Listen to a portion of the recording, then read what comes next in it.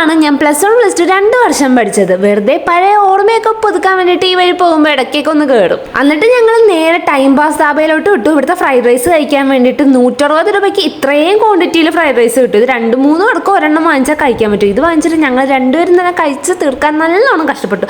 അത്രയ്ക്ക് ക്വാണ്ടിറ്റി ഉണ്ട്, ടേസ്റ്റ് ഉണ്ട്. ഇവിടുന്ന് കഴിച്ചില്ലെങ്കിൽ നിങ്ങൾ മസ്റ്റ് ആയിട്ട് കഴിച്ചു നോക്കണം കേട്ടോ. അത് കഴിഞ്ഞിട്ട് ഞങ്ങൾ നേരെ ബ്രോഡ്വേയിലോട്ട് പോയി കുറച്ച് സാധനങ്ങൾ പർച്ചേസ് ചെയ്യാൻ വേണ്ടി ഞാൻ പുതിയൊരു സംരംഭം തുടങ്ങുന്നുണ്ട്. അതെന്താണെന്ന് അടുത്ത വീഡിയോയിൽ പറയാം. എന്നിട്ട് അവിടെ വരെ വന്നതല്ലേ, നേരെ അടുത്തുള്ള സുഭാഷ് പാർക്കിലോട്ട് വിട്ടു. ഈ നട്ടുച്ച വെയിലത്ത് സുഭാഷ് പാർക്കിൽ ഇരുന്ന് എന്ത് ചെയ്യാനാണ്, വെറുതെ കുറച്ചു അവിടെ ഇരുന്നിട്ട് ഓപ്പോസിറ്റുള്ള മഹാരാജാസ് കോളേജിൽ ഇതുവരെ കയറില്ല. അപ്പൊ അവിടെ ഒന്ന് ഉള്ളിൽ കയറാന്ന് വിചാരിച്ചു. അവിടെയാണെങ്കിലും നിവിൻ പോളിയുടെ സിനിമയുടെ ഷൂട്ടിംഗ് നടന്നുകൊണ്ടിരിക്കുകയാണ്. അങ്ങനെ അവിടെ ചുറ്റിക്കറങ്ങിയിട്ട് ഞങ്ങൾ നേരെ വല്ലാർപാടം പള്ളിയിലോട്ടേക്ക് വിട്ടു.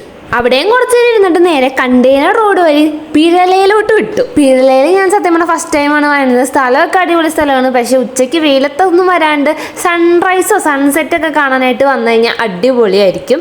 എന്നിട്ട് അവിടെ നിന്ന് നേരെ കളമശ്ശേരിയിലോട്ട് തന്നെ വിട്ടു. ഇവിടെ ഇപ്പം മെട്രോ സ്റ്റേഷൻ്റെ അടിയിലായിട്ട് ചെറിയൊരു പാർക്ക് തുടങ്ങിയിട്ടുണ്ട്. അപ്പോൾ അവിടെ പോയിട്ട് അവിടുത്തെ വീഡിയോസ് ഒക്കെ എടുത്തിട്ട് നേരെ വീട്ടിൽ പോയി. എത്ര ഉള്ളൂ ടാറ്റാ.